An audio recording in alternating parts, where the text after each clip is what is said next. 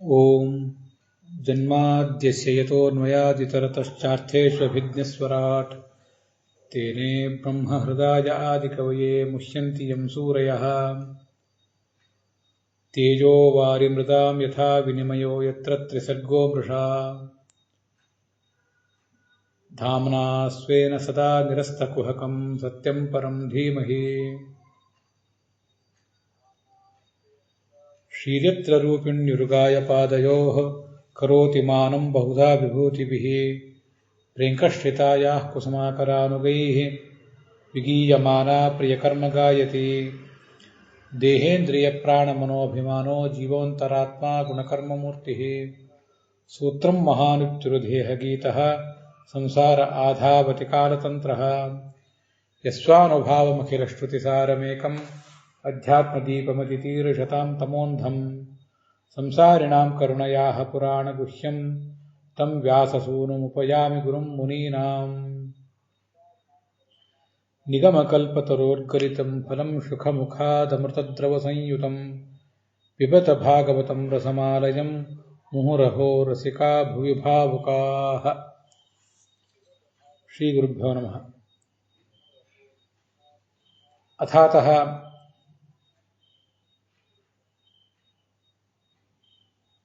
ವೈಯಾಸಿಕ್ಯಾಂ ಭಾಗವತ ಸಂಹಿತಾಯಾಂ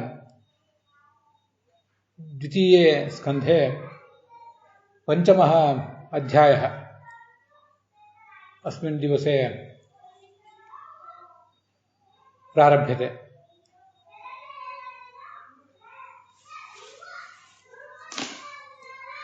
शौनकादयः मुनयः सूतं प्रार्थयामासुः. सूतश्च यथा शुकाचार्येण अवगतम् आत्मना तेनैव मार्गेण शौनकादीन् तां कथां बोधयामास. शुकश्च भागवतस्य प्रवचनस्य प्राक् भगवन्तं नारायणं प्रार्थयामास.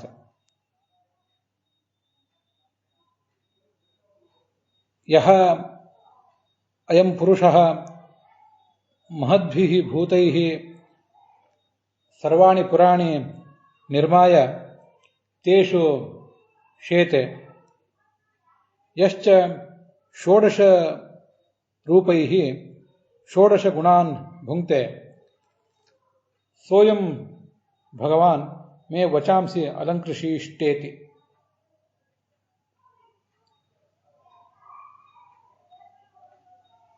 राजानम् एवमाह शुकाचार्यः, योऽयं प्रश्नः त्वया पृष्टः अयमेव प्राक् नारदेन ब्रह्माणं चतुर्मुखं प्रति पृष्टः.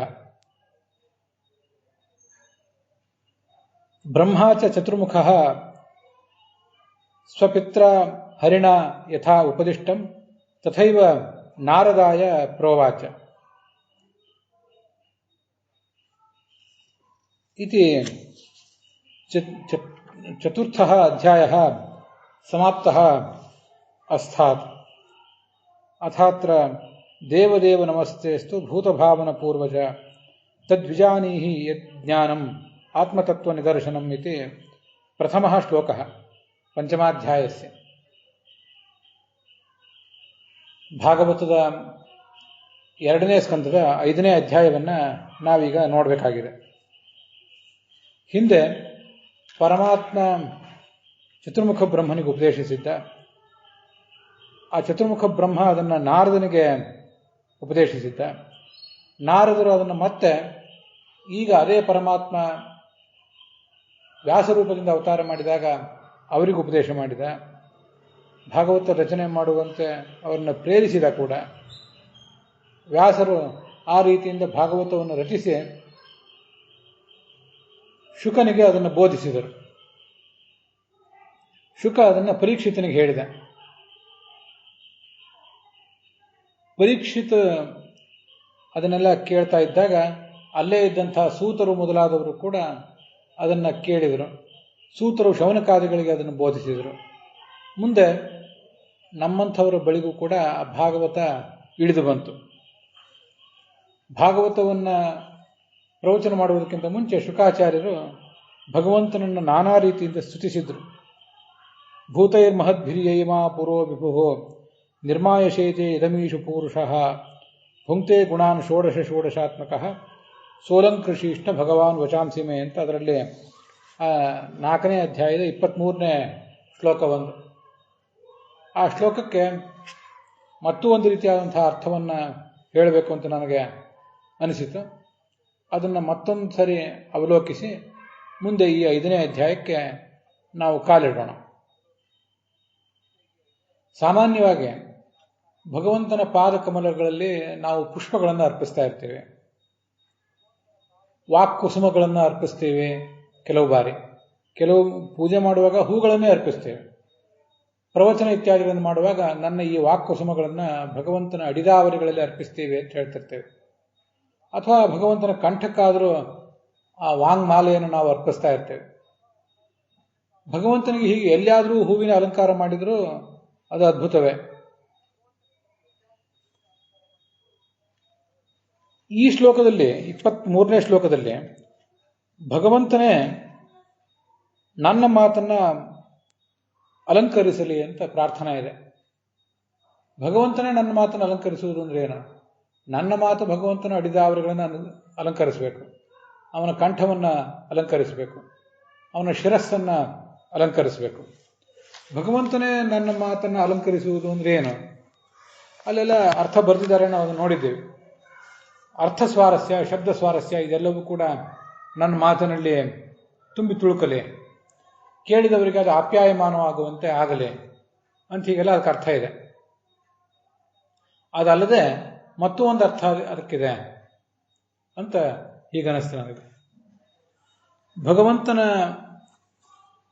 ಪರಮಪುರುಷನಾದ ಭಗವಂತನ ಪ್ರಕೃತಿ ಎನಿಸಿಕೊಂಡಿರುವಂತಹ ಲಕ್ಷ್ಮೀದೇವಿ ಏನಿದ್ದಾಳೆ, ಅವಳು ಎಲ್ಲ ಶಾಸ್ತ್ರಗಳ ಅಭಿಮಾನಿನಿ ದೇವತ.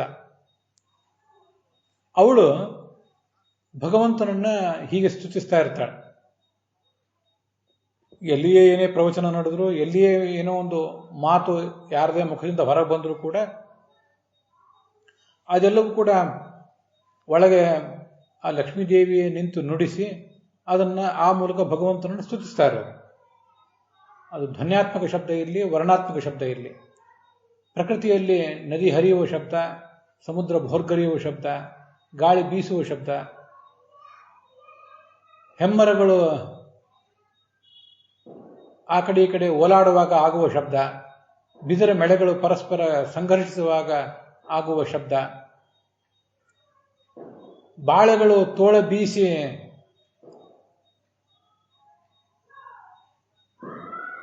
ಮಾಡುವಂತಹ ಶಬ್ದ, ಇಂಥ ಎಲ್ಲ ಶಬ್ದಗಳಿಂದಲೂ ಕೂಡ ಆ ಪ್ರಕೃತಿಯೇ ಭಗವಂತನನ್ನು ಸ್ತುತಿಸ್ತಾ ಇರ್ತಾಳೆ. ಅವೆಲ್ಲ ಧ್ವನ್ಯಾತ್ಮಕ ಶಬ್ದಗಳು. ವರ್ಣಾತ್ಮಕ ಶಬ್ದಗಳಿಂದಲಂತೂ ಭಗವಂತನ ಮಹಿಮೆಯನ್ನೇ ಅವಳು ಸ್ತುತಿಸ್ತಾ ಇರ್ತಾಳೆ. ಆ ಭಗವಂತ ಆ ಲಕ್ಷ್ಮೀದೇವಿಯಿಂದ ಅಭಿಮನ್ಯಮಾನವಾದ ಈ ವಾಕ್ ಸಂಪತ್ತೇನಿದೆ ಅದನ್ನು ಅಲಂಕರಿಸಲಿ ಅಂತ ಅದರ ತಾತ್ಪರ್ಯ. ಲಕ್ಷ್ಮೀದೇವಿ ತಾನು ಭಗವಂತನಿಗೆ ಅಲಂಕಾರ ಮಾಡ್ತಾ ಇರ್ತಾಳೆ. ಅದಕ್ಕೆ ಪ್ರತಿಯಾಗಿ ಭಗವಂತ ತಾನು ಈ ಲಕ್ಷ್ಮೀದೇವಿಗೆ ಅಲಂಕಾರ ಮಾಡ್ತಿರ್ತಾನೆ. ಅದೊಂದು ವಿಶಿಷ್ಟವಾದಂತಹ ಸಂಗತಿ. ಅದು ಹಿಂದೊಂದು ಕಡೆ ಈ ಭಾಗವತದಲ್ಲೇ 1ನೇ ಸ್ಕಂದದಲ್ಲಿ ಆ ರೀತಿಯಾದ್ದೊಂದು ಬಂದಿದೆ. ಕೃಷ್ಣ ದ್ವಾರಕ್ಕೆ ಹೋದಾಗ ಅಲ್ಲಿ ಅವನ ವೈಭವ ಹೇಗಿತ್ತು ಅಂತ ನೋಡುವಂಥ ಒಂದು ಪ್ರಸಂಗ ಅಲ್ಲಿ ಬಂದಿತ್ತು. ಕೃತ ಉರುಮಾನಾಹ ಅಂತ ಕೃಷ್ಣ ಮತ್ತು ಅವನ ಆ ಗೋಪ ಸ್ತ್ರೀಯರು ಅವರು ಪರಸ್ಪರ ಮಾನ ಸನ್ಮಾನಗಳನ್ನು ಮಾಡ್ಕೊಳ್ತಾ ಇದ್ರು ಅಂತ ಅಲ್ಲೊಂದು ಕಡೆ ಬಂದಿದೆ.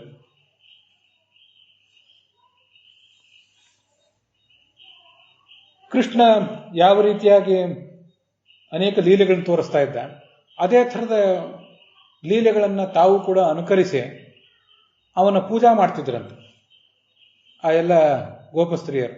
ಹಾಗೆ ಬಂದಿದೆ ಅಲ್ಲಿ ಆ ಮಾನ ಅಂತನ್ನೋದಕ್ಕೆ ಪರಸ್ಪರ ಕೃಷ್ಣ ತನ್ನ ಪತ್ನಿಯರಿಗೆ ಮಾಡುವಂತಹ ಒಂದು ಪೂಜಾ ಅದು, ಹಾಗೆ ಆ ಪತ್ನಿಯರು ಕೂಡ ಭಗವಂತನಿಗೆ ಮಾಡುವಂತಹ ಪೂಜಾ ಅಂತ ಹೀಗೆ ಅಲ್ಲಿ ಅದನ್ನು ವ್ಯಾಖ್ಯಾನ ಮಾಡಿದ್ದಾರೆ. ಮಾನ ಅನ್ನುವಂಥ ಶಬ್ದ ಅಲ್ಲಿ ಕೇಳಿ ಬರ್ತದೆ. ಅದನ್ನ ನಾವು ಇಲ್ಲಿ ಕೂಡ ಅನ್ವಯಿಸಿಕೊಂಡು ನೋಡೋದಾದರೆ, ಭಗವಂತನ ಪತ್ನಿಯಾದಂತಹ ಲಕ್ಷ್ಮೀದೇವಿ ಅವನನ್ನ ತನ್ನ ಮಾತುಗಳಿಂದ ಸಂತೋಷಪಡಿಸ್ತಾ ಇದ್ದಾಳೆ. ಅವನ ಪಾದಕಮಲಗಳನ್ನು ಅವಳು ಅರ್ಚಿಸ್ತಾ ಇದ್ದಾಳೆ. ಅದಕ್ಕೆ ಪ್ರತಿಯಾಗಿ ಅವನು ಕೂಡ ಅವಳನ್ನ ಅಲಂಕರಿಸ್ತಾ ಇದ್ದಾನೆ. ಅವಳನ್ನ ಅಲಂಕರಿಸುವುದು ಅಂದರೆ ಅವಳ ಮಾತುಗಳನ್ನ, ನಮ್ಮಂಥವರು ಕೂಡ ಏನು ಮಾತಾಡಿದಾಗ ಅವೆಲ್ಲ ಲಕ್ಷ್ಮೀದೇವಿ ಆಡುವ ಮಾತುಗಳೇ, ಆ ಎಲ್ಲ ಮಾತುಗಳನ್ನು ಕೂಡ ಅವನು ಅಲಂಕರಿಸ್ತಿದ್ದಾನೆ ಅಂತ ಅದರ ಅರ್ಥ. ಮಹಾಭಾರತದ ಮಾತೊಂದು ನನಗೆ ಈ ಸಂದರ್ಭದಲ್ಲಿ ನೆನಪಿಗೆ ಬರ್ತದೆ. ಭರ್ತಾನಾಮ ಪರಂ ನಾರ್ಯಾಹ ಭೂಷಣಂ ಭೂಷಣೈ ವಿನ ಅಂತ. ಹೆಂಡತಿಗೆ ಒಂದು ಹೆಣ್ಣಿಗೆ ದೊಡ್ಡ ಅಲಂಕಾರ ಯಾವುದು ಅಂದ್ರೆ ಭಗವಂತ ಅವಳ ಗಂಡನೇ ದೊಡ್ಡ ಅಲಂಕಾರ ಅಂತ. ಮದುವೆ ಆಗಿರುವಂತಹ ಹೆಣ್ಣಿಗೆ ಅವಳು ಮೂಗಿನಲ್ಲಿ, ತಲೆಯ ಮೇಲೆ, ಸೊಂಟದಲ್ಲಿ, ತೋಳುಗಳಿಗೆ, ಕಾಲುಗಳಿಗೆ ಎಲ್ಲ ಕಡೆನೂ ಕೂಡ ನಾನಾ ಥರದ ಅಲಂಕಾರಗಳನ್ನು ಅವರು ಮಾಡ್ಕೊಳ್ಬಹುದು. ಆದರೆ ಆ ಎಲ್ಲ ಅಲಂಕಾರಗಳಿದ್ದು ಕೂಡ ಗಂಡನ ಪ್ರೀತಿ ಒಂದಿಲ್ಲದೆ ಹೋದ್ರೆ ಆ ಉಳಿದ ಅಲಂಕಾರಗಳಿಗೆ ಅರ್ಥ ಇರೋದಿಲ್ಲ ಅಂತ ಅಲ್ಲಿ ಒಂದು ಕಡೆ ವರ್ಣನೆ ಮಾಡ್ತಾರೆ. ಹೀಗೆ ಗಂಡ ಅನ್ನುವನು ಹೆಂಡತಿಗೆ ಒಂದು ದೊಡ್ಡ ಅಲಂಕಾರ. ಭಗವಂತ ಈ ಲಕ್ಷ್ಮೀದೇವಿಗೆ, ತನ್ನ ಪತ್ನಿಯಾದಂಥ ಲಕ್ಷ್ಮೀದೇವಿಗೆ ಹೀಗೊಂದು ಅತಿ ಶ್ರೇಷ್ಠವಾದಂತಹ ಅಲಂಕಾರ. ಅವಳು ತನ್ನ ವಾಕ್ಕುಸುಮಗಳಿಂದ ಅವನ ಪಾದಕಮಲಗಳನ್ನು ಅರ್ಚಿಸ್ತಾ ಇದ್ದಾಳೆ. ಆರಂಭದಲ್ಲಿ ಒಂದು ಮಂಗಲಾಚರಣದ ಶ್ಲೋಕ ಹೇಳಿದೆ ನಾನು. ಶ್ರೀರ್ಯತ್ರ ರೂಪಿಣ್ ನಿರುಗಾಯ ಪಾದಯೋ ಕರೋತಿ ಮಾನಂ ಬಹುಧಾ ವಿಭೂತಿಭಿಃ ಪ್ರೇಂಕಶ್ರಿತಾಯ ಕುಸುಮಾಕರಾನುಗೈ ವಿಗೀಯಮಾನ ಪ್ರಿಯಕರ್ಮಗಾಯತಿ ಅಂತ. ಅವಳು ಆ ಭಗವಂತನ ಲೀಲೆಗಳನ್ನ ಹಾಡ್ತಾ ಇರ್ತಾಳೆ ಅಂತ ಬಂದಿದೆ. ಹೀಗೆ ಯಾವತ್ತೂ ಕೂಡ ಅವಳು ಭಗವಂತನ ಕೀರ್ತನದಲ್ಲೇ ತತ್ಪರಳಾಗಿರ್ತಾಳೆ. ಅವಳು ಮಾಡಿದ ಪೂಜೆ, ಭಗವಂತನಿಗೆ ಅವಳು ಮಾಡಿದಂಥ ಪೂಜೆ ಏನಿದೆ, ಆ ಪೂಜೆಗೆ ಪ್ರತಿಯಾಗಿ ಭಗವಂತ ಅವಳಿಗೆ ಮಾನ ಮಾಡ್ತಾನೆ. ಅವಳು ಪೂಜೆ ಮಾಡದೇ ಇರಬಹುದು, ಆದರೆ ಅವಳಿಗೆ ತನ್ನ ಮೆಚ್ಚುಗೆಯನ್ನು ಸಲ್ಲಿಸ್ತಾನೆ. ಅವಳು ಆಡಿದ ಮಾತುಗಳನ್ನು ಧ್ವನ್ಯಾತ್ಮಕ ಶಬ್ದಗಳಿಂದ ಮತ್ತು ವರ್ಣಾತ್ಮಕ ಶಬ್ದಗಳಿಂದ ಅವನ ಪೂಜೆಯನ್ನು ಮಾಡ್ತಾಳೆ. ಅವಳು ಮಾಡಿದ ಪೂಜೆಗಳನ್ನ ಅವನು ಸ್ವೀಕಾರ ಮಾಡಿ ಅವಳಿಗೂ ಕೂಡ ತನ್ನ ಮೆಚ್ಚುಗೆಯನ್ನು ತೋರಿಸ್ತಾನೆ. ಹೇಗೆ ಅಂದರೆ ತಾನೇ ಅವಳ ಹೃದಯದಲ್ಲಿ, ಅವಳ ಮುಖದಲ್ಲಿ ಬಂದು ಕೂತ್ಕೊಳ್ಳುವ ಮೂಲಕ. ಹೀಗೆ ಅವನು ಅಲಂಕರಿಸುವುದು ಅಂತ ಅದರ ಅರ್ಥ. ಸೋಲಂಕೃಶಿಷ್ಟ ಭಗವಾನ್ ವಚಾಂಸಿ ಮೇ, ನನ್ನ ಮಾತನ್ನು ಅವನು ಅಲಂಕರಿಸಲಿ. ಲಕ್ಷ್ಮೀದೇವಿಯನ್ನ ಅವನು ಅಲಂಕರಿಸ್ತಾನೆ, ಲಕ್ಷ್ಮೀದೇವಿ ಮಾತುಗಳನ್ನು ಅಲಂಕರಿಸ್ತಾನೆ. ನನ್ನ ಮಾತುಗಳನ್ನು ಅಲಂಕರಿಸುವುದು ಅಂದರೆ ನನ್ನ ಮಾತುಗಳು ಪ್ರತ್ಯೇಕ ಮಾತು ಅಂತ ಏನು ಇಲ್ವಲ್ಲ. ನಂದು ಎಲ್ಲವೂ, ನನ್ನ ಎಲ್ಲ ಮಾತುಗಳು ಕೂಡ ಲಕ್ಷ್ಮೀದೇವಿಯ ಮಾತುಗಳೇ. ಆದ್ರಿಂದ ನನ್ನ ಮಾತುಗಳನ್ನು ಅವನು ಅಲಂಕರಿಸಲಿ ಅಂದರೆ ಲಕ್ಷ್ಮೀದೇವಿಯ ಮಾತುಗಳನ್ನು ಅಲಂಕರಿಸಲಿ ಅಂತಲೇ ಅದರ ಅರ್ಥ. ಲಕ್ಷ್ಮೀದೇವಿ ಆತನ ಎದುರಿಗೆ ನಿಂತು ಏನು ಅನೇಕ ಸ್ತೋತ್ರಗಳನ್ನು ಮಾಡ್ತಾ ಇರ್ತಾಳೆ. ವೇದಾಭಿಮಾನಿನಿ ಸಾಕ್ಷಾತ್ ಸಾ ವಿಷ್ಣು ದೂರತ ಸ್ಥಿತ ಅಂಥೇಳಿ. ಅವಳ ಆ ಮಾತುಗಳನ್ನು ಅವನು ಹೇಗೆ ಮೆಚ್ಚುತ್ತಾನೆ, ಹಾಗೆ ನನ್ನ ಮಾತುಗಳನ್ನು ಕೂಡ ಆತ ಮೆಚ್ಚಲಿ. ನನ್ನ ಮಾತಿನಲ್ಲಿ, ನನ್ನ ಮುಖದಲ್ಲಿ ಆತ ಬಂದು ಕೂತ್ಕೊಂಡು, ನನ್ನ ಮನಸ್ಸಿನಲ್ಲಿ ಆತ ಬಂದು ಕೂತ್ಕೊಂಡು ಅದನ್ನು ಅಲಂಕರಿಸಲಿ ಅಂತ ಆ ಒಂದು ಪ್ರಾರ್ಥನೆ ಇದೆ. ಹೀಗೊಂದು ಶೃಂಗಾರದ ಪ್ರಾರ್ಥನೆ ಅಲ್ಲಿದೆ. ಅದನ್ನು ಈ ಹಿಂದೆ ಹೇಳಲಿಕ್ಕಾಗಿರಲಿಲ್ಲ. ಒಂದು ಆಲೋಚನೆ ಹಾಗಿತ್ತು, ಅದನ್ನು ಈಗ ಈ 5ನೇ ಅಧ್ಯಾಯದ ಆರಂಭದಲ್ಲಿ ತಮ್ಮೆದುರಿಗೆ ಹಂಚಿಕೊಂಡಿದ್ದೇನೆ. ಮುಂದೆ ಆ 5ನೇ ಅಧ್ಯಾಯದ ಆರಂಭದಲ್ಲಿ ಏನು ಹೇಳ್ತಾರೆ ಅಂತನ್ನೋದನ್ನು ನಾವು ನೋಡಬೇಕು. ಏನು ಪ್ರಾರ್ಥನೆ ಇದೆ ಅಲ್ಲಿ. ದೇವದೇವ ನಮಸ್ತೆಸ್ತು ಅಂತ ಹೀಗೆ ಪ್ರಾರಂಭ ಕಾಣ್ತದೆ. ನಾರದ ಚತುರ್ಮುಖ ಬ್ರಹ್ಮನನ್ನು ಪ್ರಾರ್ಥನೆ ಮಾಡಿದ.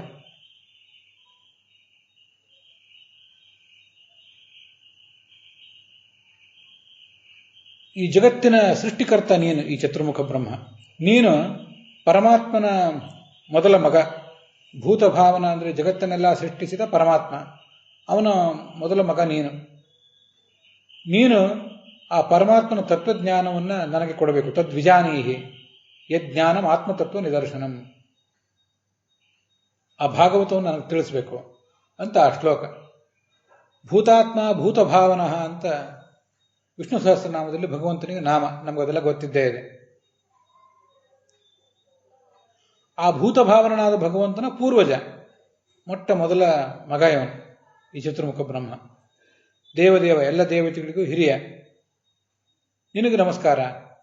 ಆತ್ಮ ಅಂದರೆ ಭಗವಂತ, ಅವನ ತತ್ವ, ಆ ತತ್ವವನ್ನು ಹಿಡಿದಿಟ್ಟಿರುವಂತಹ ಭಾಗವತವೆಂಬ ಮಾತನ್ನು ನೀನು ನನಗೆ ಹೇಳು ಅಂತ ಅದರ ತಾತ್ಪರ್ಯ. ಇಲ್ಲಿ ತದ್ವಿಜಾನೀಹಿ ಅಂತ ಹೀಗೆ ಶಬ್ದ ಇದೆ. ಅದನ್ನು ನೀನು ತಿಳಿದುಕೋ ಅಂತ ಅದರ ಅರ್ಥ ಆಗ್ತದೆ. ವ್ಯಾಕರಣ ದೃಷ್ಟಿಯಿಂದ ಅವಬೋಧನೆ ಅಂತ ಧಾತು ಇಟ್ಕೊಂಡ್ರೆ ಅದಕ್ಕೆ ನೀನು ತಿಳಿದುಕೋ ಅಂತ ಹೀಗೆ ಅರ್ಥ ಆಗ್ತದೆ. ಮತ್ತೆ ಹಾಗಾದ್ರೆ ಅದಕ್ಕೆ ಅರ್ಥ ಏನು ಮಾಡಬೇಕು? ಸಂಸ್ಕೃತದಲ್ಲಿ ಅಣಿಜಂತ ಪ್ರಯೋಗ ಮತ್ತು ನಿಜಂತ ಪ್ರಯೋಗ ಇರುವುದು ನಮಗೆಲ್ಲ ಗೊತ್ತಿದೆ. ಬೇರೆ ಭಾಷೆಯಲ್ಲೂ ಈ ಸೌಕರ್ಯ, ಈ ಪ್ರತ್ಯಯದ ಸೌಕರ್ಯ ಇಲ್ಲದೆ ಹೋದ್ರೂ ಕೂಡ ಆ ಥರದ ವಾಕ್ಯ ಪ್ರಯೋಗಗಳಂತೂ ಇದ್ದೇ ಇರ್ತವೆ. ನೀನು ತಿಳಿ ಅನ್ನೋದು ಅಣಿಜಂತ, ತಿಳಿಸು ಅನ್ನೋದು ನಿಜಂತ. ಇಲ್ಲಿ ನನಗೆ ನೀನು ತಿಳಿಸ್ಬೇಕು ಅಂತಿದೆ.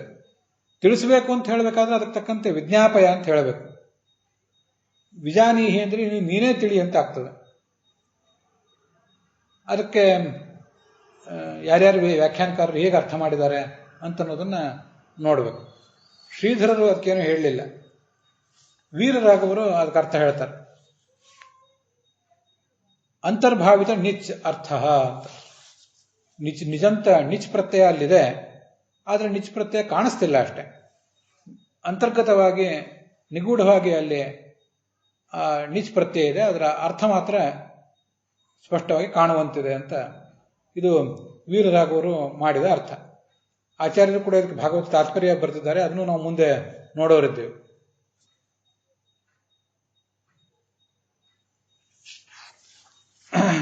ನಾವು ಶ್ರೀಧರರದು, ವೀರರಾಘವರದು ಮೊದಲಾದ ವ್ಯಾಖ್ಯಾನಗಳನ್ನು ನೋಡಿದ್ದೇವೆ.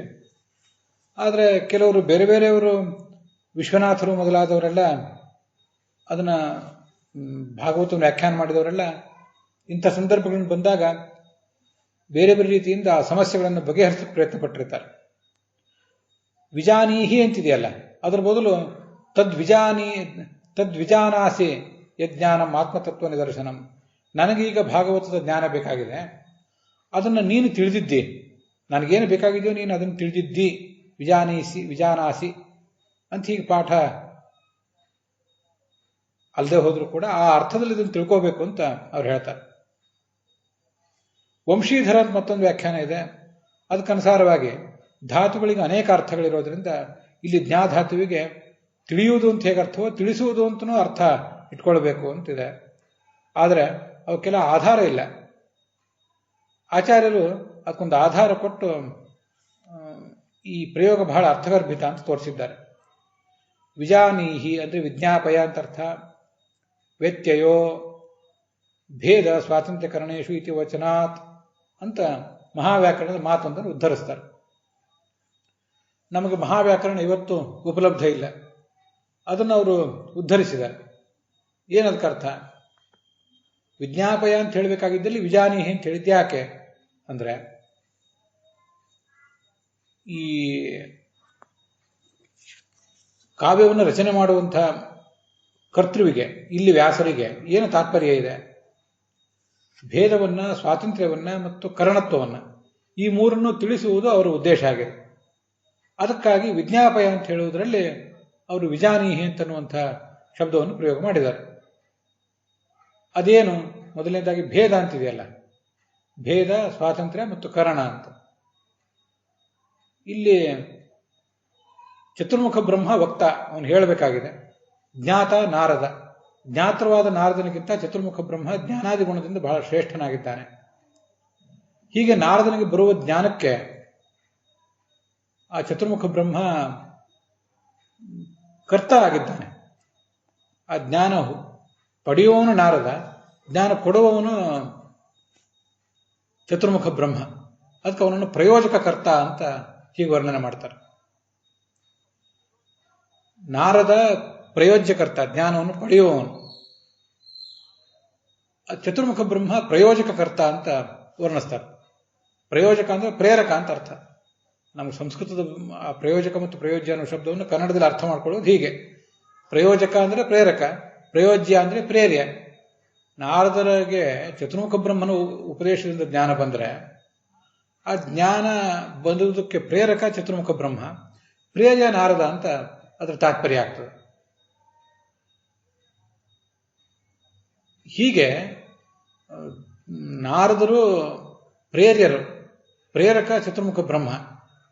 ಆದ್ರಿಂದ ಅವರು ಪ್ರಯೋಜಕ ಕರ್ತ ಅಂತ ಅರ್ಸ್ಕೊಂಡಿದ್ದಾರಲ್ಲ, ಆ ಚತುರ್ಮುಖ ಬ್ರಹ್ಮನನ್ನೇ ಈ ಜ್ಞಾಧಾತುವಿಗೆ ನಿಷ್ಪ್ರತ್ಯಯ ಇಲ್ಲದೇ ಇರುವ ಜ್ಞಾಧಾತುವಿಗೂ ಕೂಡ ಕರ್ತೃ ಅಂತ ತಿಳ್ಕೊಂಡು ಅವರನ್ನೇ ಕರ್ತೃವಾಗಿ ನೀನೇ ತಿಳಿದಿದ್ದಿ ಅನ್ನೋ ರೀತಿಯಲ್ಲಿ ಹೇಳಿದ್ದಾರೆ. ನಾರದ ಪಡೆಯಬೇಕಾದ ಜ್ಞಾನಕ್ಕೆ ನೀನು ಪ್ರಯೋಜಕ ಕರ್ತ ಅಂತ ಅದರ ತಾತ್ಪರ್ಯ. ಜ್ಞಾನವನ್ನು ಪಡೆಯುವ ದೃಷ್ಟಿಯಿಂದ ನಾರದ ಕರ್ತ, ಜ್ಞಾನವನ್ನು ಕೊಡುವ ದೃಷ್ಟಿಯಿಂದ ನೀನು ಕರ್ತ ಅಂತ ಅದರ ತಾತ್ಪರ್ಯ ಅಂತ ಹೀಗೆ ಅದಕ್ಕೆ ವ್ಯಾಖ್ಯಾನ ಮಾಡಿದ್ದಾರೆ.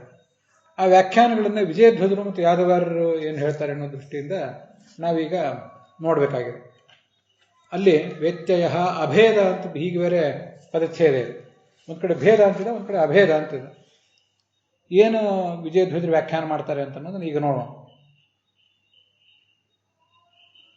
ಆತ್ಮತತ್ವ ನಿದರ್ಶನಂ ಅಂತಿದೆಯಲ್ಲ, ಆತ್ಮ ಅಲ್ಲೇ ಅಂದ್ರೆ ಪರಮಾತ್ಮ ಅಂತ ಅರ್ಥ. ಅವನ ತತ್ವ ಅದನ್ನ ಚೆನ್ನಾಗಿ ತಿಳಿಸುವಂಥದ್ದು. ಅದನ್ನ ಈಗ ನನಗೆ ಭಾಗವತವನ್ನು ಹೇಳು. ಆತ್ಮಬ್ರಹ್ಮಣೋಹ ತತ್ವಜ್ಞಾನೇ ಮಹಾನ್ ವಿಶೇಷೋಸ್ತಿ ಭೇದಸ್ಯ ಪರಮೇಶ್ವರ ಪ್ರಸಾದಮಂತರೇಣ ವಾಗೀಂದ್ರಿಯ ಪ್ರವೃತ್ತಿರಪಿ ವಿಪರೀತ ಭವತಿ. ಭಗವಂತನ ಅನುಗ್ರಹ ಇಲ್ಲದೆ ಹೋದ್ರೆ ನಮ್ಮ ಮಾತೇ ಹೊರಡೋದಿಲ್ಲ, ಕಿವಿಯೇ ಕೇಳೋದಿಲ್ಲ, ಏನು ಹೇಳ್ತೇವೋ ಏನು ಕೇಳ್ತೇವೆ. ಅದರಿಂದ ಭಗವಂತನ ಸ್ವಾತಂತ್ರ್ಯ ತಿಳಿದು ಬಂತು. ಭಗವಂತನ ಬಳಿಕ ಚತುರ್ಮುಖ ಬ್ರಹ್ಮ ಕರ್ತೃ ಅನಿಸ್ಕೊಂಡಿದ್ದಾನೆ. ಅತ್ರ ಬ್ರಹ್ಮ ಕರ್ತ ಅಹಂ ಕರ್ಣಮಿತಿ ಕರ್ಣತ್ವಸ್ಯ ವಿವಕ್ಷೆಯ ವ್ಯತ್ಯಸ್ಯ ಉಕ್ತಂ. ಚತುರ್ಮುಖ ಬ್ರಹ್ಮ ಈ ಜ್ಞಾನವನ್ನು ಕೊಡುವ ದೃಷ್ಟಿಯಿಂದ ಕರ್ತ ಆಗಿದ್ದಾನೆ. ನಾರದ ಆ ಚತುರ್ಮುಖ ಬ್ರಹ್ಮನ ಕೈಯಲ್ಲಿನ ಒಂದು ಕರ್ಣ, ಒಂದು ಅಂಗವಾಗಿದ್ದಾನೆ.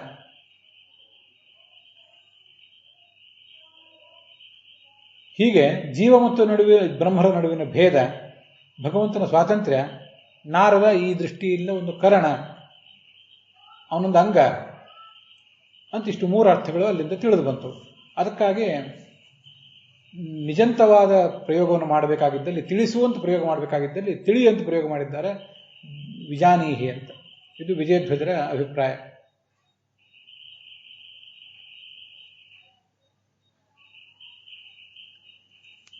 ಯಾದವಾರರು ಅದನ್ನ ಅಭೇದ ಅಂತ ಅರ್ಥ ಇಟ್ಕೊಂಡಿದ್ದಾರೆ. ತತ್ರ ಹಿ ಹರಿರೂಪಾಣಾಂ ತದ್ಗುಣ ಕ್ರಿಯಾದೀನಾಂಚ ಹರಿಣಾ ಪರಸ್ಪರಂ ಚ ಅಭೇದೆ ವಕ್ತು ಸ್ವಾತಂತ್ರ್ಯ ಕರಣತ್ವೇಜ ವಿವಕ್ಷಿತೆ. ಇಲ್ಲಿ ಮೂರು ಸಂಗತಿಗಳನ್ನ, ಅಭೇದವನ್ನ, ಸ್ವಾತಂತ್ರ್ಯವನ್ನ ಮತ್ತು ಕರಣತ್ವವನ್ನ, ಈ ಮೂರನ್ನು ತಿಳಿಸಬೇಕಾಗಿದೆ. ಅದೇನು ಅಭೇದವನ್ನು ಎಲ್ಲಿ ತಿಳಿಸಬೇಕಾಗಿದೆ ಅಂದ್ರೆ, ಭಗವಂತನ ರೂಪಗಳೇನಿವೆ ಅವು ನಾರದನಲ್ಲಿರುವ ರೂಪ, ಚತುರ್ಮುಖ ಬ್ರಹ್ಮನಲ್ಲಿರುವ ರೂಪ, ಅವೆಲ್ಲವೂ ಕೂಡ ಅಭಿನ್ನ. ಮತ್ತೆ ಅವನ ಭಗವಂತನ ಗುಣ ಕ್ರಿಯೆ ಅವೆಲ್ಲವೂ ಕೂಡ ಹರಿಯಿಂದ ಅಭಿನ್ನ ಅಂತ ಅಭೇದವನ್ನು ತಿಳಿಸಬೇಕಾಗಿದೆ. ವ್ಯತ್ಯಯೋ ಭೇದ ಅಂತ ಹೀಗಿದೆಯಲ್ಲ, ವ್ಯತ್ಯಯೋ ಭೇದ ಸ್ವಾತಂತ್ರ್ಯ ಕರಣೇಶು ಅಂತ ಸೂತ್ರ ಇದೆ. ಅದನ್ನು ವ್ಯತ್ಯಯೋ ಅಭೇದ ಅಂತಲೂ ಪದಚ್ಛೇದಿಸಬಹುದು, ವ್ಯತ್ಯಯೋ ಭೇದ ಅಂತಲೂ ಪದಚ್ಛೇದಿಸಬಹುದು. ಅದೇ ಈ ಎರಡು ಅರ್ಥದ ಅರ್ಥಗಳಿಗೆ ಕಾರಣ. ಬ್ರಹ್ಮ ನಾರದ ಅಂತರ್ಯಾಮಿಣೋ ಅಭೇದೇನ. ಚತುರ್ಮುಖ ಬ್ರಹ್ಮನಲ್ಲೂ ನಾರದನಲ್ಲೂ ಅಂತರ್ಯಾಮಿಯಾದ ಭಗವಂತ ಒಬ್ಬನೇ. ವಕ್ತೃವಾದಂತಹ ಬ್ರಹ್ಮ, ತತ್ವವನ್ನು ಬೋಧಿಸಬೇಕಾದಂತಹ ವಕ್ತೃವಾದ ಬ್ರಹ್ಮ ಪ್ರಯೋಜಕ ಕರ್ತ ಅಂತ ಕರೆಸ್ಕೊಂಡಿದ್ದಾನೆ. ಆದ್ದರಿಂದ ಅವನು ಸ್ವತಂತ್ರನಾಗಿದ್ದಾನೆ. ನಾರದನ ಚಿತ್ತಕ್ಕೆ ಅಭಿಮಾನಿ ಆದ್ದರಿಂದ, ಎಲ್ಲರ ಚಿತ್ತಕ್ಕೂ ಅಭಿಮಾನಿ ಈ ಭಗವಂತ, ಚತುರ್ಮುಖ ಬ್ರಹ್ಮ. ವಿಷ್ಣೋರ್ ವಿಷಯ ಧರ್ಮೇಶು ಜ್ಞಾನಾದಿ ಚತುರ್ಮುಖ ಶ್ರದ್ಧಾಂ ದದಾತಿ ಭೂತಾನಾಂ ಅಂತ ಐತರೇಯ ಭಾಷ್ಯ. ಭಗವಂತನ ಕುರಿತಾಗಿ ನಾವು ಜ್ಞಾನವನ್ನು ಪಡೆಯುವಾಗ, ಭಕ್ತಿಯನ್ನು ಸಂಪಾದನೆ ಮಾಡುವಾಗ ಅದಕ್ಕೆಲ್ಲದಕ್ಕೂ ಕೂಡ ಬೇಕಾದಂತಹ ಶ್ರದ್ಧಾ ಕೊಡುವವನೇ ಚತುರ್ಮುಖ ಬ್ರಹ್ಮ ಅಂತ. ಅದು ನಾರದನಿಗೂ ಅಷ್ಟೇ, ನಮ್ಮಂಥವರಿಗೂ ಅಷ್ಟೇ. ಹೀಗೆ ನಾರದನ ಮನಸ್ಸಿಗಾತ ಅಭಿಮಾನಿ ಆದ್ದರಿಂದ ಅವನನ್ನೇ ಕರ್ಣ ಅಂತ ಹೇಳಬೇಕು. ಕರ್ಣ ಯಾರು? ಚತುರ್ಮುಖ ಬ್ರಹ್ಮ ಕರ್ಣ ಅಂತ ಯಾದವಾರ್ಯ ದೃಷ್ಟಿಯಲ್ಲಿ. ನಾರದನೇ ಕರ್ಣ ಅಂತ ವಿಜಯಧ್ವಜರ ದೃಷ್ಟಿ. ಎರಡೂ ಸರಿಯಾಗೇ ಇದೆ. ಆ ಚತುರ್ಮುಖ ಬ್ರಹ್ಮನೇ ಒಂದು ನಿಮಿತ್ತ ಅಂತ ಅದರ ತಾತ್ಪರ್ಯ ಆಗ್ತದೆ. ಇದಿಷ್ಟು ಯಾದವಾರ್ಯರು ಹೇಳುವಂತಹ ಅರ್ಥ. ನಮ್ಮ ಗುರುಗಳು ಪುರಾಣಿಕಾಚಾರ್ಯರು ತಮ್ಮ ಕನ್ನಡದ ಅನುವಾದದಲ್ಲಿ ಎರಡೂ ಅರ್ಥಗಳನ್ನು ತಗೊಂಡಿದ್ದಾರೆ. ಮೊದಲು ಆ ಭೇದ ಅನ್ನೋ ಅರ್ಥವನ್ನು ಇಟ್ಕೊಂಡಿದ್ದಾರೆ. ಜ್ಞಾತೃವಾದ ನಾರದನಿಗಿಂತ ಚತುರ್ಮುಖ ಬ್ರಹ್ಮ ಜ್ಞಾನಾದಿ ಗುಣಗಳಲ್ಲಿ ಬಹಳ ಭಿನ್ನ. ಆ ನಾರದರ ಜ್ಞಾನಕ್ಕೆ ಇವನು ಪ್ರಯೋಜಕಕರ್ತ, ನಾರದ ಪ್ರಯೋಜ್ಯಕರ್ತ. ಪ್ರಯೋಜಕ ಕರ್ತೃತ್ವವೇ ಪ್ರಯೋಜ್ಯ ಕರ್ತೃತ್ವಕ್ಕಿಂತ ಹೆಚ್ಚು ಮುಖ್ಯ. ಆದ್ದರಿಂದ ಆ ಪ್ರಯೋಜಕ ಕರ್ತೃತ್ವ ಚತುರ್ಮುಖ ಬ್ರಹ್ಮನಲ್ಲಿ ಏನಿದೆ ಅದು ಮುಖ್ಯ. ಆದ್ದರಿಂದ ಆ ಚತುರ್ಮುಖ ಬ್ರಹ್ಮನನ್ನೇ ಕರ್ತ ಅಂತ ಪರಿಗಣನೆ ಮಾಡಿದ್ದಾರೆ. ನಾರದರ ಚಿತ್ತಕ್ಕೆ ಚತುರ್ಮುಖ ಬ್ರಹ್ಮ ಅಭಿಮಾನಿ ಆದ್ದರಿಂದ ಅಭಿಮಾನಿಯಾದ ತಾನೂ ಕೂಡ, ಅಂದರೆ ಚತುರ್ಮುಖ ಬ್ರಹ್ಮನೂ ಕೂಡ ಕರ್ಣ ಅಂತ ಕರೆಸ್ಕೋತಾನೆ. ಯಾದವಾರ್ಯ ದೃಷ್ಟಿಯಲ್ಲಿ ಚತುರ್ಮುಖ ಬ್ರಹ್ಮನೂ ಕರ್ಣ, ವಿಜಯಧ್ವಜರ ದೃಷ್ಟಿಯಲ್ಲಿ ನಾರದ ಕರ್ಣ. ಅಥವಾ ನಾರದ ಮತ್ತು ಚತುರ್ಮುಖ ಬ್ರಹ್ಮ ಇವರಿಬ್ಬರಿಗೂ ಕೂಡ ಜ್ಞಾನ ಏನೋ ಇದೆ ಭಗವಂತಂದು, ಆದರೆ ದೊಡ್ಡ ವೈಲಕ್ಷಣ್ಯ ಇದೆ. ಅಖಂಡವಾದ ದೊಡ್ಡ ಜ್ಞಾನ ಚತುರ್ಮುಖ ಬ್ರಹ್ಮಂದು, ನಾರದನಿಗೆ ಸಣ್ಣ ಜ್ಞಾನ. ಚತುರ್ಮುಖ ಬ್ರಹ್ಮನ ನಂತರ ಬಹಳ ಕೆಳಗಿನ ಸ್ಥಾನದಲ್ಲಿ ಅವನಿದ್ದಾನೆ. ಭಗವಂತನ ಪ್ರೇರಣೆ ಇಲ್ಲದೆ ಹೋದರೆ ನಾರದನ ಮಾತು ಹೊರಡೋದಿಲ್ಲ, ಚತುರ್ಮುಖ ಬ್ರಹ್ಮನ ಮಾತು ಹೊರಡೋದಿಲ್ಲ. ಯಸ್ಮಾತ್ ಬ್ರಹ್ಮೇಂದ್ರ ರುದ್ರಾದಿ ದೇವತಾನಾಂ ಶ್ರೇಯೋಪಿಚ ಜ್ಞಾನಸ್ಫೂರ್ತಿ ಸದಾ ತಸ್ಮೈ ಹರೆಯೇ ಗುರವೇ ನಮಃ. ಒಳಗಿದ್ದ ಜ್ಞಾನ ಸ್ಫೂರ್ತ ಆಗಬೇಕಾದ್ರೂ ಆ ಜ್ಞಾನ ವಾಕ್ಯದ ರೂಪವನ್ನು ಪಡೆಯುವಾಗಲೂ ಅದಕ್ಕೆಲ್ಲದಕ್ಕೂ ಕೂಡ ಕಾರಣ ಭಗವಂತನೇ. ಅವನೇ ಸ್ವತಂತ್ರ. ಪೂರ್ಣವಾದ ಸ್ವಾತಂತ್ರ್ಯ ಅವಂದೇ. ಅವನು ಈ ಚತುರ್ಮುಖ ಬ್ರಹ್ಮನಿಗೆ ಒಂದಿಷ್ಟು ಕೆಲಸಗಳನ್ನು ಮಾಡಲಿಕ್ಕೆ ಅವಕಾಶ ಕೊಟ್ಟಿದ್ದಾನಷ್ಟೆ. ಬ್ರಹ್ಮಕರ್ತ, ಮುಖ್ಯಕರ್ತ ಭಗವಂತ. ಅವನ ನಂತರ ಒಂದಿಷ್ಟು ಅವಕಾಶ ಇರುವುದು ಚತುರ್ಮುಖ ಬ್ರಹ್ಮನಿಗೆ. ನಾರದ ಕೇವಲ ಕಾರಣ. ಇದೊಂದು ಜ್ಞಾನ ಯಜ್ಞದಲ್ಲಿ, ಜ್ಞಾನ ಪ್ರವಚನ ರೂಪವಾದ ಯಜ್ಞ ನಡೆದಿದೆ, ಅದರಲ್ಲಿ ಕರ್ಣ ಅಂತ ತಾತ್ಪರ್ಯ. ಅಭೇದ ಅನ್ನೋ ಅರ್ಥವನ್ನು ಇಟ್ಕೋಬಹುದು ಅಂತ ಅವರು ಬರೆದಿದ್ದಾರೆ. ಋಗ್ಭಾಷ್ಯದ ನೆನಪು ಮಾಡಿಕೊಟ್ಟಿದ್ದಾರೆ ಪುರಾಣಿಕಾಚಾರ್ಯರು. ಇದೆಲ್ಲ ಇಲ್ಲಿ ಇಲ್ಲದೆ ಹೋಗಿದ್ರೆ, ಪುರಾಣಿಕಾಚಾರ್ಯರ ಆ ಮಾತು ಇಲ್ಲದೆ ಹೋಗಿದ್ರೆ ನಮ್ಮಂಥವ್ರಿಗೆ ಋಗ್ಭಾಷ್ಯದಲ್ಲಿ ಇದೆ ಅಂತ ನೆನಪೇ ಬರದೇ ಹೋಗ್ತಿತ್ತು. ಅದಕ್ಕಾಗಿ ಆ ಋಗ್ಭಾಷ್ಯವನ್ನು ಕೂಡ ನಾವಿಲ್ಲಿ ಒಂದು ಬಾರಿ ಗಮನಿಸೋಣ. ಋಗ್ಭಾಷ್ಯದಲ್ಲಿ ಎಲ್ಲಿ ಹೇಳಿದ್ದಾರೆ ಅದನ್ನು ಅನ್ನೋದನ್ನು ಗಮನಿಸೋಣ. ಋಗ್ಭಾಷ್ಯದ 1ನೇ ಅಧ್ಯಾಯದ 85ನೇ ಶ್ಲೋಕದಲ್ಲಿ ಹಾಗೆ ಹೇಳ್ತಾರೆ ಅಂತ ಪುರಾಣಿಕಾಚಾರ್ಯರು ಅದನ್ನು ಬರೆದಿದ್ದಾರೆ. ವ್ಯತ್ಯಯೋ ಭೇದಕರಣ ಸ್ವಾತಂತ್ರ್ಯೇಷು ಸಮೀರಿತಃ ವ್ಯತ್ಯಯೋ ಅಭೇದೋ ಹರಿರೂಪಾಣಾಂ ಗುಣಾನಾಂ ಚ ಕ್ರಿಯಾದಿಷು ತಸ್ಯೈವ ಅವಯವಾನಾಂ ಚ ಭೇದ ಶ್ರೀ ಬ್ರಹ್ಮಪೂರ್ವಕೈ ಅಂತ. ಹೀಗೆ ಇದು ಋಗ್ಭಾಷ್ಯದ 1ನೇ ಅಧ್ಯಾಯದ 85ನೇಯ ಶ್ಲೋಕ.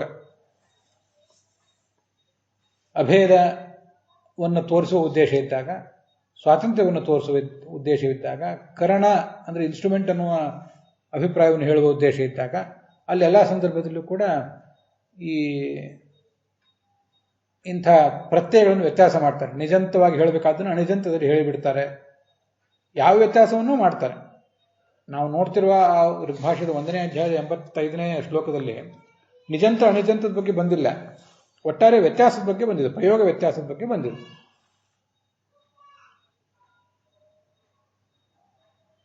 ಮುಂದೆ ಈ ಪುರಾಣಿಕಾಚಾರ್ಯ ಹೀಗೆ ಹೇಳಿದ್ದಾರೆ ಅಂತ ನಾನು ಋಗ್ಭಾಷ್ಯ ತೆಗೆದು ನೋಡುವಾಗ ಆ ಋಗ್ಭಾಷ್ಯದಲ್ಲೇ ಮುಂದೆ 3ನೇ ಸೂಕ್ತವನ್ನು ವ್ಯಾಖ್ಯಾನ ಮಾಡುವ ಪ್ರಸಂಗ ಹೊಂದಿದೆ.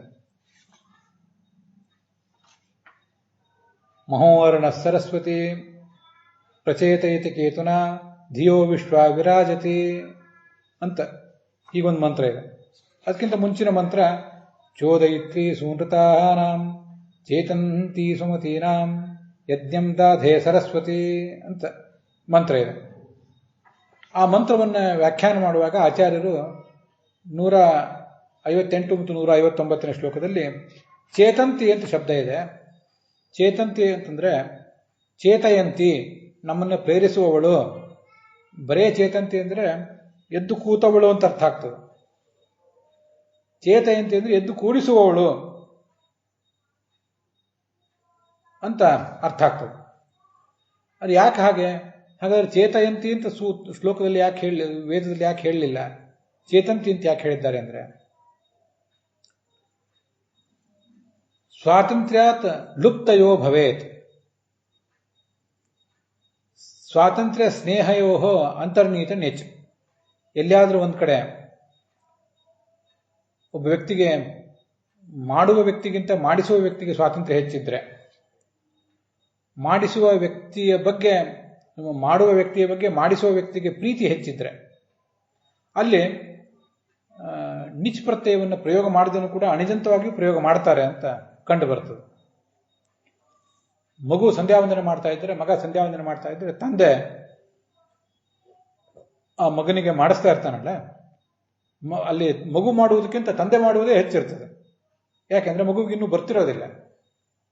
ಸ್ವಲ್ಪ ಕಾಲ ಆದ್ಮೇಲೆ ಮಗುವಿಗೆ ಬಂದ ಮೇಲೆ ವಿಷಯ ಬೇರೆ. ಮೊದಲು ಮಾಡುವುದು ತಂದೆನೇ ಹೆಚ್ಚು ಮಾಡ್ತಿರ್ತಾನೆ. ಮಗು ಸುಮ್ಮನೆ ತುಟಿ ಅಲ್ಲಾಡಿಸ್ತಿರ್ತದೆ ಅಷ್ಟೆ. ಅದೊಂದು ಕರಣದಂತೆ ಇರ್ತದಷ್ಟೆ, ನಿಮಿತ್ತದಂತೆ ಇರ್ತದೆ. ಹೀಗೆ ತಂದೆಗೆ ಅಲ್ಲಿ ಸ್ವಾತಂತ್ರ್ಯ, ಮತ್ತೆ ಆ ಮಗುವಿನ ಬಗ್ಗೆ ಸ್ನೇಹ ಬೇರೆ. ತಾನು ಸರಿಯಾಗಿ ಮಾಡದೆ ಹೋದ್ರೆ ಆ ಮಗು ಏನ್ ಮಾತಾಡ್ತದೆ, ಅದಕ್ಕೆ ಏನ್ ಬರ್ತದೆ ಅಂತ ಅದ್ರ ಬಗ್ಗೆ ಸ್ನೇಹ ಬೇರೆ, ಕರುಣೆ, ಪ್ರೀತಿ, ವಾತ್ಸಲ್ಯ. ಅದಕ್ಕಾಗಿ ಮಗುವಿನ ಬಗ್ಗೆ ಸ್ನೇಹ ಇರೋದ್ರಿಂದ, ಸ್ವಾತಂತ್ರ್ಯ ಇರೋದ್ರಿಂದ ತಂದೆನೇ ಸಂಧ್ಯಾವಂದನೆ ಮಾಡಿಬಿಡ್ತಾನೆ. ಮಗು ಅವನ ಜೊತೆ ಮಾಡ್ತಿರ್ತದೆ. ಒಂದು ವೇಳೆ ಮಗುವೇ ಸಂಧ್ಯಾವಂದನೆ ಮಾಡಿದ್ರು ಕೂಡ ಪ್ರತಿಯೊಂದು ಅಲ್ಲಿ ಆ ಸಂಧ್ಯಾವಂದನೆ ಆರಂಭದಿಂದಲೂ ಗೋಪಿದಿಂದಲೂ ಹಚ್ಕೊಳ್ಳುವುದರಿಂದ ಹಿಡಿದು ಕೊನೆ ತನಕವೂ ತಂದೆಯ ಪಾತ್ರವೇ ದೊಡ್ಡದಿರೋದ್ರಿಂದ ನಾನೇ ಎಲ್ಲ ಮಾಡ್ಬೇಕಾಯ್ತು, ನೀನೇನ್ ಮಾಡಿದೆ ಅಂತ ತಂದೆ ನಗ್ತಿರ್ತಾನೆ. ಹಾಗೆ ನಮ್ಮ ಜೀವನದ ಪ್ರತಿಯೊಂದು ಚಟುವಟಿಕೆಯೂ ಹಾಗೇನೆ. ಸೃಷ್ಟಿಗೆ ಬಂದಾಗಿನಿಂದ ಮುಕ್ತಿಗೆ ಹೋಗುವವರೆಗೂ, ಬೆಳಿಗ್ಗೆ ಎದ್ದಾಗಿನಿಂದ ಸಾಯಂಕಾಲ ಮಲಗುವವರೆಗೂ, ಹುಟ್ಟಿದಾರಭ್ಯ ಸಾಯುವವರೆಗೂ ನಮ್ಮೆಲ್ಲ ಚಟುವಟಿಕೆಗಳನ್ನ ಭಗವಂತನೇ ಮಾಡ್ತಿರ್ತಾನೆ. ಉತ್ಸೀದೇವಿರಿಮೇ ಲೋಕಾಹ ನಕುರ್ಯಾಂ ಕರ್ಮಚೇದಹಂ. ನಾನೊಂದ್ರೆ ಕೆಲಸ ಮಾಡದೆ ಹೋದ್ರೆ ಜಗತ್ತೆಲ್ಲವೂ ಕುಸಿದು ಬಿದ್ದು ಹೋಗ್ತದೆ, ವ್ಯವಸ್ಥೆ ಕುಸಿದು ಬಿದ್ದು ಹೋಗ್ತದೆ ಅಂತ ಭಗವದ್ಗೀತಾದಲ್ಲಿ ಕೃಷ್ಣ ಹೇಳ್ತಾನೆ. ಹೀಗೆ ವ್ಯಕ್ತಿಯ ಬಗ್ಗೆ ತುಂಬಾ ಸ್ನೇಹ ಇದ್ದಾಗ, ಹಾಗೆ ಸ್ವಾತಂತ್ರ್ಯವೂ ಇದ್ದಾಗ ನಿಚ್ ಪ್ರತ್ಯಯವನ್ನ ಪ್ರಯೋಗ ಮಾಡದೇನೆ ಅಣಿಜಂತವಾಗಿಯೂ ಪ್ರಯೋಗ ಮಾಡಬಹುದು ಅಂತ ಅಲ್ಲಿ ಕೇಳಿ ಬಂದಿದೆ. ಚತುರ್ಮುಖ ಬ್ರಹ್ಮನಿಗೆ ನಾರದನ ಬಗ್ಗೆ ಸ್ನೇಹ ಇದೆ ಅಂತ ನಾವೇನು ಪ್ರತ್ಯೇಕವಾಗಿ ಹೇಳಬೇಕಾಗಿಲ್ಲ. ಮತ್ತು ಆ ಜ್ಞಾನವನ್ನು ಕೊಡುವ ವಿಷಯದಲ್ಲಿ ಪರಮಾತ್ಮನಷ್ಟು ಸ್ವಾತಂತ್ರ್ಯ ಇಲ್ಲದೆ ಹೋದ್ರೂ ಒಂದಿಷ್ಟು ಸ್ವಾತಂತ್ರ್ಯ ಚತುರ್ಮುಖ ಬ್ರಹ್ಮನಿಗೆ ಇದ್ದೇ ಇದೆ ಅನ್ನೋದನ್ನು ನಾವು ಒಪ್ಪಲೇಬೇಕು.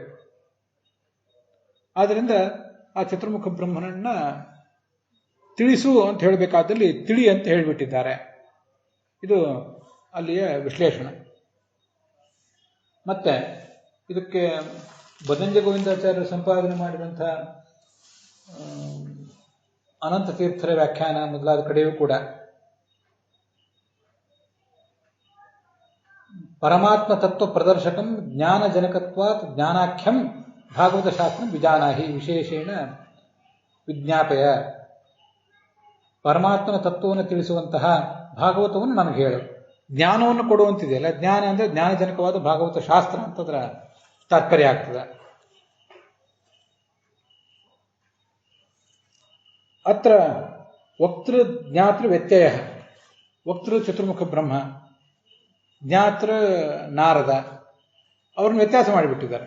ನಾರದನಿಗೆ ಹೇಳಬೇಕಾದ ಕ್ರಿಯಾಪದವನ್ನು ಚತುರ್ಮುಖ ಬ್ರಹ್ಮನಿಗೆ ಹೇಳಿಬಿಟ್ಟಿದ್ದಾರೆ. ಚತುರ್ಮುಖ ಬ್ರಹ್ಮನಿಗೆ ತಿಳಿಸುವಂತ ಹೇಳಬೇಕಾಗಿತ್ತು. ಇದು ಹೇಗೆ ಹೇಳಿದ್ದಾರೆ ಅಂದ್ರೆ, ಬ್ರಹ್ಮಜ್ಞಾನದಾನೇ ಭಗವಾನ್ ಅಸ್ಮದಪೇಕ್ಷೆಯ ಸ್ವತಂತ್ರ ಇತಿ ಜ್ಞಾಪನಾಯ. ಚತುರ್ಮುಖ ಪರಮಾತ್ಮನ ಕುರಿತಾದ ತತ್ವಜ್ಞಾನವನ್ನು ಯಾರು ಕೊಡಬೇಕಾದ್ರೆ, ಯಾರು ಪಡಿಬೇಕಾದ್ರೆ ಪರಮಾತ್ಮನೇ ಅತಿ ದೊಡ್ಡ ಸ್ವತಂತ್ರ ತತ್ವ. ಅವನ ನಂತರ ಉಳಿದವರು ಒಂದಿಷ್ಟು ಅವನ ಉಪದೇಶಕ್ಕನುಸಾರವಾಗಿ ಒಂದಿಷ್ಟು ವರ್ಣನೆ ಮಾಡ್ತಾರೆ. ವಿರಿಂಚಸ್ಯ ಜ್ಞಾನಕರಣ ಪ್ರೇರಕತ್ವಾತ್, ನಮ್ಮೆಲ್ಲರ ಮನಸ್ಸುಗಳಿಗೂ ಅವನೇ ಪ್ರೇರಕ, ನಾರದನ ಮನಸ್ಸಿಗೂ ಅವನೇ ಪ್ರೇರಕ, ಅದರಿಂದ ಜ್ಞಾನಕರಣ ಪ್ರೇರಕ ಅಂತ ಅವನನ್ನು ಹೇಳ್ತಾರೆ. ಇದು ಪ್ರಾಚೀನ ಟೀಕಾದಲ್ಲಿ ಬಂದಿರುವಂತಹ ಒಂದು ವಿಷಯ ಅಂತ ಗೋವಿಂದಾಚಾರ್ಯರು ಅಲ್ಲಿ ವರ್ಣನೆ ಮಾಡಿದ್ದಾರೆ. ಈ ದೃಷ್ಟಿಯಿಂದ ಇಲ್ಲಿ ನಿಜಂತ ಪ್ರಯೋಗ ಮಾಡದೆ ಹೋದರೂ ಕೂಡ ಆ ನಿಜಂತ ಪ್ರಯೋಗವೇ ತುಂಬ ಸುಂದರವಾಗಿ ಎಲ್ಲವನ್ನೂ ಹೇಳ್ತದೆ. ವಸ್ತುತಃ ನಮ್ಮ ಸಂಸ್ಕೃತ ಭಾಷೆಯಲ್ಲಿ ಆ ಪ್ರಯೋಗಗಳನ್ನು ಅಷ್ಟು ನಾವು ಅಪ್ಡೇಟ್ ಮಾಡ್ಕೊಂಡಿಲ್ಲ. ಮತ್ತು ಇದಕ್ಕೆ ಸಂಬಂಧಪಟ್ಟ ಅಧ್ಯಯನವೂ ಕೂಡ ಹಿಂದೆ ಬೇಕಾದಷ್ಟು ಇತ್ತು. ಈಗ ಅದನ್ನು ತಿಳಿಸುವಂಥ ಪ್ರಯತ್ನಗಳಿಲ್ಲ. ಇಂಗ್ಲೀಷ್ ಭಾಷೆ ಮೊದಲಾದ ಭಾಷೆಗಳು ಇನ್ನೂ ಕೂಡ ವ್ಯವಹಾರದಲ್ಲಿರುವ ಭಾಷೆಗಳಾದ್ದರಿಂದ, ವ್ಯವಹಾರಕ್ಕೆ ಅದು ಹೆಚ್ಚು ಬೇಕಾಗುವ ಭಾಷೆಗಳಾದ್ದರಿಂದ ಕೆಲವು ಕ್ರಿಯಾಪದಗಳಿಗೆ ಅಲ್ಲಿ ಉದಾಹರಣೆಗೆ ಕನೆಕ್ಟ್ ಮತ್ತು ಬ್ರೇಕ್, ಜಾಯಿನ್ ಇತ್ಯಾದಿ ಶಬ್ದಗಳಿಗೆ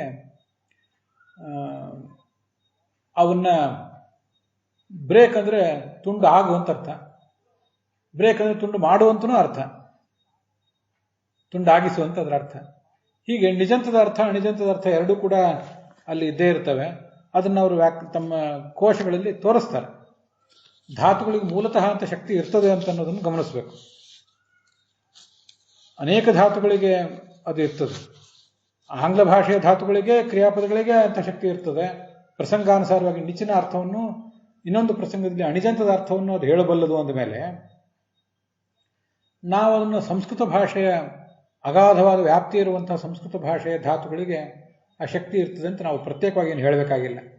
ವೇದದಲ್ಲಂತೂ ಅನೇಕ ಕಡೆ ಈ ನಿಚ ಪ್ರತ್ಯಯ ಪ್ರಯೋಗ ಮಾಡದೇನೆ ಅದರ ಅರ್ಥವನ್ನು ಸ್ವೀಕಾರ ಮಾಡೇ ಬಿಟ್ಟಿರ್ತಾರೆ. ಇದು ನಮಗಲ್ಲಿ ಕಂಡು ಬಂದಿರ್ತದೆ ವೇದದಲ್ಲಿ. ಮಹಾವ್ಯಾಕರಣದ ಒಂದು ಸೂಚನೆ ಆಚಾರ್ಯನು ಕೊಟ್ಟಿದ್ದಾರೆ. ಅದಂತೂ ಬಹಳ ದೊಡ್ಡ ಸಮರ್ಥಕ ಆಯಿತು.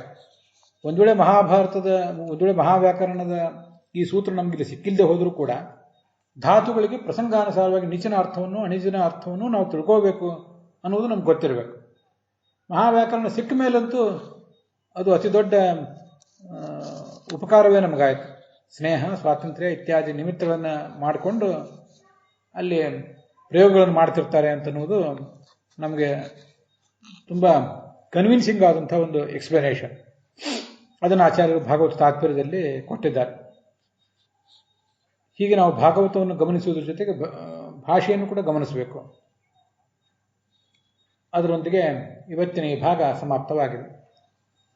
ಹುಸಿಯ ನಾಡಿ ಹೊಟ್ಟೆ ಹೊರೆವ ವಿಷಯದಲ್ಲಿ ರಸಿಕನೆಂದು ಹುಸಿಗೆ ಹಾಕಿದರು ಇನ್ನು ಶ್ರೀಕೇಶನೇ, ಈಶನಿನ್ನ ಚರಣ ಭಜನೆ ಆಸೆಯಿಂದ ಮಾಡುವೆ, ದೋಷ ರಾಶಿ ನಾಶ ಮಾಡು ಶ್ರೀಶಕೇಶವ. ಶ್ರೀಕೃಷ್ಣಾರ್ಪಣ ವಸ್ತು.